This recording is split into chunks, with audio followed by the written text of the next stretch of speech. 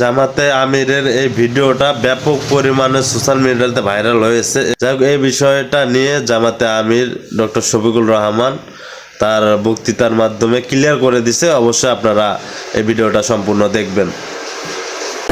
একটা ক্লাস আজকে সামান্য মানবতা এবং ভদ্রতা ভুলে গেছে।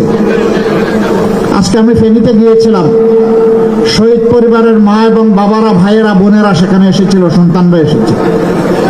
আমি তাদের প্রতি সহানুভূতি জ্ঞাপন করার এক পর্যায়ে একজন বয়স্কা মা হঠাৎ করে এসে আমাকে জড়ায় ধরছেন।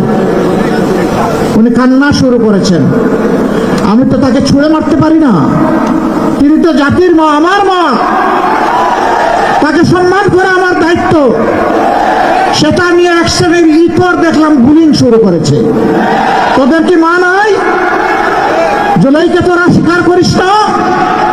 যদি জুলাইকে ধারণ করিস তাহলে এমন একজন মাকে কেন তোমরা অপমান করছিস? অনেকে এখন সন্ত্রাসের পরিবেশ সৃষ্টি করছেন মানুষের মধ্যে ভয়ভীতি সৃষ্টি করার জন্য। আমি শুধু একটা কথা বলবো, আপনারা এটা ছেড়ে দেন। আপনারা ছেড়ে যদি না দেন, মনে রাখবেন আমরা আমাদের জীবনের চাইতে মায়েদের ইজ্জতের মর্যাদা অনেক বেশি বুঝি।